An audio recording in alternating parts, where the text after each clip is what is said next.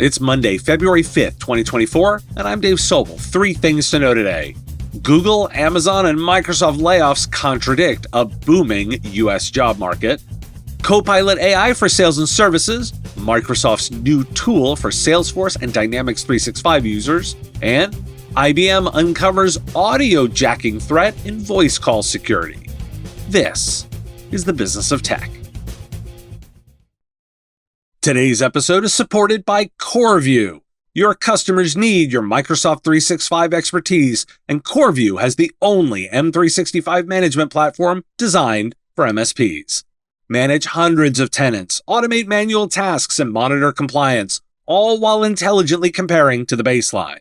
With a no-code control approach, CoreView revolutionizes your Microsoft 365 administration. This powerful platform enables automatic reporting and remediation, ensuring optimal performance and security. The best part? You achieve this high level of service without the need for a large workforce, allowing you to focus on growing your business through efficiency. Want to know more? Visit coreview.com/MSP and find out more. Friday brought the jobs report.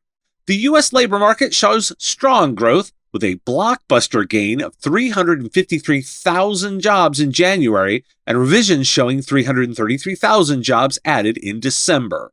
Joblessness remains low, wage growth beats inflation, and unemployment has been below 4% for 2 years. The average work week has decreased. Hourly wages in the U.S. rose 0.6% in January, outpacing inflation and indicating a strong labor market. Economists caution that the January wage number may be influenced by that decline in hours worked and other signals suggesting a potential slowdown in wage or job market growth. According to an analysis by CompTIA, the U.S. tech industry's employment grew for the second consecutive month, with nearly 18,000 jobs added in January. Job postings for future hiring also rebounded, with over 392,000 active postings for tech occupations. The highest demand for tech workers was in professional, scientific, technical, administrative, support services, manufacturing, finance and insurance, and information sectors. However, the Washington Post had a different analysis. Despite a booming U.S. economy and a strong job market, the tech industry has been experiencing a wave of layoffs, with companies like Google, Amazon, Microsoft, and others letting go thousands of workers. The layoffs have left the tech workforce feeling despondent and confused as the industry cuts high-paid workers to improve profitability. And in Business Insider, the number of people quitting their jobs in the U.S. fell by 12% last year, which could indicate a lack of confidence in the labor market. Economists suggest that this trend may lead to slower wage gains and reduced worker bargaining power. The decline in job quits is part of a larger trend called grumpy staying, where workers feel unable to leave their current roles. Forecasters warn that the unemployment rate could rise as the economy slows down. And from Axios, contrary to doomsday predictions, the retail sector is thriving, with a low vacancy rate and increasing rents. Demand for retail space remains strong in 2023, and the retail landscape has evolved to complement e-commerce. The retail apocalypse never happened, as Americans still enjoy shopping, and brick-and-mortar stores continue to thrive. Finally, a different kind of market data. According to a survey conducted by Pew Research Center, YouTube is the most widely used social media platform among U.S. adults, followed by Facebook and Instagram. TikTok has seen significant growth in its user base, and the report also highlights age differences in platform usage, with younger adults more likely to use platforms like Instagram, Snapchat, and TikTok. Demographic differences in platform usage are also noted, such as higher Instagram usage among Hispanic and Asian adults, and higher LinkedIn usage among those with higher levels of education. Why do we care? Things look good. It's okay to say that. As the labor market becomes more competitive and job openings decrease, employees have less leverage to negotiate better pay or benefits when switching jobs. That's a statement, not a judgment. I want to call out the red herring of job cuts. These big tech cuts come as companies face pressure from investors, and cite economic concerns and inflation, which are proving not to be honest. I don't buy it. The retail apocalypse hasn't come. In fact, that sector seems to be doing great. Note retail space, not office space. We're looking for those second-order effects here. Retail industries should be up, related industries should see good conditions, and all are areas to look for opportunities in. Microsoft has announced the general availability of its AI Copilot for sales and service. The Copilot AI assistant, powered by OpenAI's GPT-4, is now available in 2 sector-specific versions: Copilot for Sales, which connects to Salesforce's Sales Cloud and Microsoft's Dynamics 365 Sales CRM, and Copilot for Service, designed for call centers and customer service personnel. Both versions have been well received in preview availability and offer various AI capabilities to enhance productivity. Pricing for Copilot for Sales starts at $50 per user per month, while Copilot for Service is available for $50 per user per month or $20 per user per month for existing Copilot for Microsoft 365 users. Why do we care? Microsoft is making sure there's a Copilot for every situation. You've got work to do if you're building a business around this, and at minimum, you need to keep track of adoption and market fit if you're not embracing the products to at least understand them. The FCC is proposing to outlaw the use of AI-generated voices in robocalls, making it easier to charge operators of those fraudulent calls.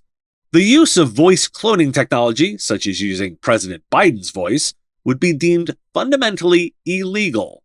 This move aims to give state attorneys general offices new tools to crack down on these scams and protect consumers. The FCC is taking steps to recognize this emerging technology as illegal under existing law. Similarly, IBM researchers have discovered a method for scammers to hijack voice calls using generative AI tools, allowing them to impersonate someone's voice and manipulate ongoing conversations to steal funds and sensitive information. The researchers call this threat audio jacking, which involves using voice clones to replace certain phrases with a victim's cloned voice. It poses a significant risk to financial institutions and others who rely on phone calls for identity verification. The report suggests paraphrasing and repeating what was said to verify accuracy and trip up the chatbots used in these scams. And from Politico, conservatives, tech lobbyists, and GOP lawmakers are opposing President Joe Biden's executive order on AI, which uses emergency powers to compel tech companies to provide information to the Commerce Department about advanced AI projects.